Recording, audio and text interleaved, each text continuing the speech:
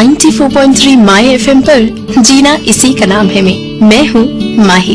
कितनी बार हम बस किसी को देखकर ही उसके बारे में पता नहीं क्या क्या सोचने लगते हैं। आपके साथ हुआ है कभी ऐसा कुछ? स्टेशन के वेटिंग रूम में पाँव रखते ही बंटी का दिल तो बाग बाग हो गया। सामने परी जैसी खूबसूरत एक लड़की बैठी थी। अब ट्रेन लेट भी हो तो कोई दिक्कत नहीं, ऐसी लड़की को देखने में तो सालों निकल जाएंगे। घंटे 2 घंटे क्या बड़ी बात है। ठीक सामने ही बैठ गया, 5.5 फीट हाइट और हीरोइन जैसा फिगर। पर बंटी तो सिर्फ आंखें ही देख रहा था। क्या आंखें थी, बड़ी कत्थई आंखें। लड़की सलवार कमीज और दुपट्टे में थी। बार बार आसपास देख रही थी बेचारी। स्टेशन के वेटिंग रूम में अकेले घबरा रही होगी शायद। अब बंटी को यहीं छोड़ देते हैं और बात करें सोनू की। अभी तो वेटिंग रूम में बैठी ही थी कि एक लड़का आया, लगभग उसी की उम्र का। सोनू ने नजर उस ओर फेंकी, लड़का उसे ही देख रहा था। आजकल के लड़के भी ना। सोनू चिढ़ गई और वो लड़का तो ठीक सामने बैठ गया। सोनू ने आसपास देखा, वेटिंग रूम में कोई नहीं था, पर स्टेशन भरा हुआ था, आदमियों से और आवाजों से भी। सोनू की नजर लड़के पर पड़ी। लड़का अभी भी उसे ही देख रहा था।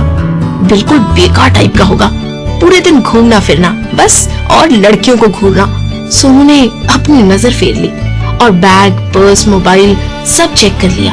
पर कब तक चलेगा ये नजरों का खेल, जानिए बस कुछ देर में। 94.3 माई एफएम पर आप हैं माही के साथ। बंटी लड़की को देख रहा था।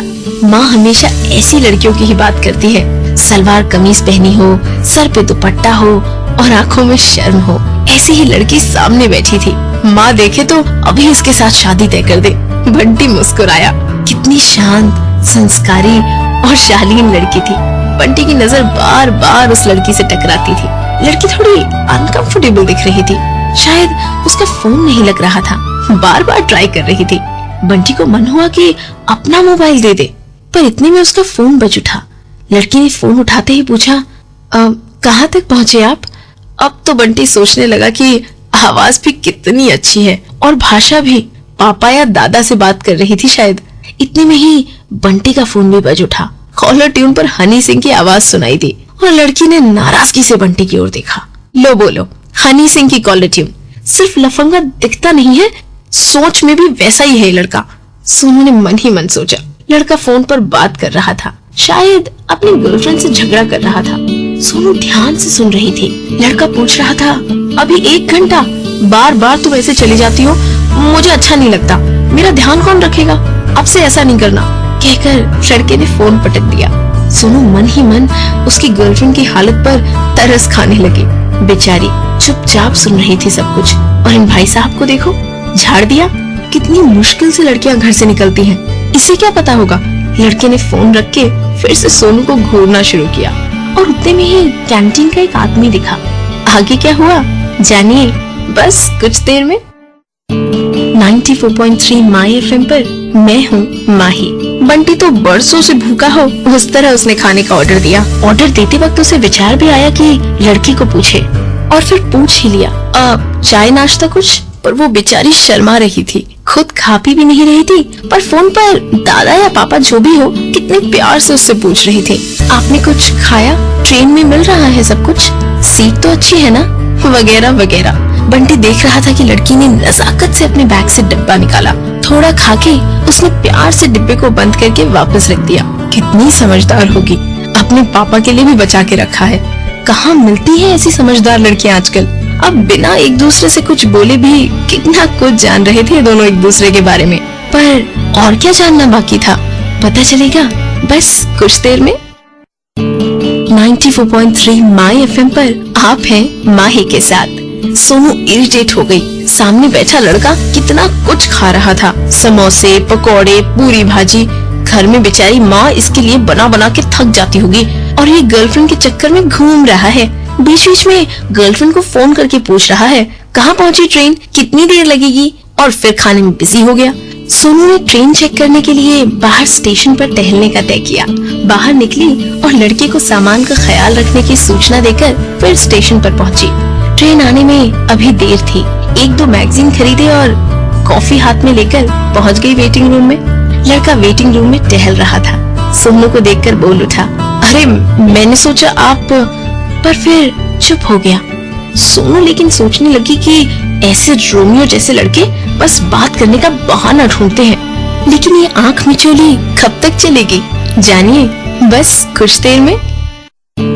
94.3 माई FM पर जीना इसी का नाम है में आप हैं माही के साथ।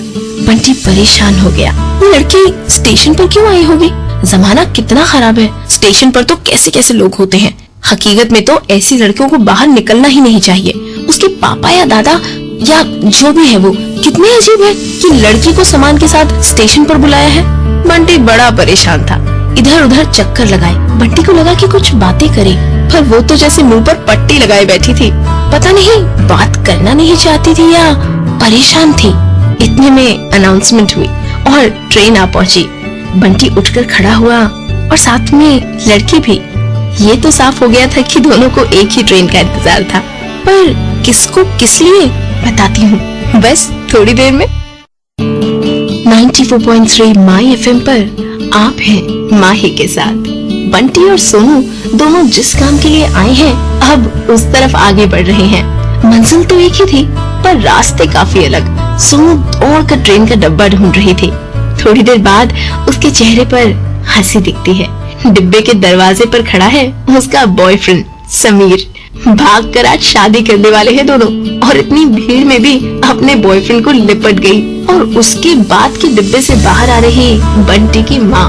बंटी उनसे कह रहा है कि ये बार बार तीर्थ यात्रा के लिए बच जाया करो, मुझे अच्छा नहीं लगता, ठीक से खाना भी नहीं खाया इतने दिनों। बंटी की नजर में भोली भाली संस्कारी लड़की निकल पड़ी है भागकर शादी करने, और सोनू की नजर में लोफर रोमियो टाइप का लड़का स्टेशन पर लेने आया है अपनी माँ को। कभी कभी ये नजर भी धोखा दे जाती है, इसीलिए शायद नजरिया ज्यादा महत्व रखता है।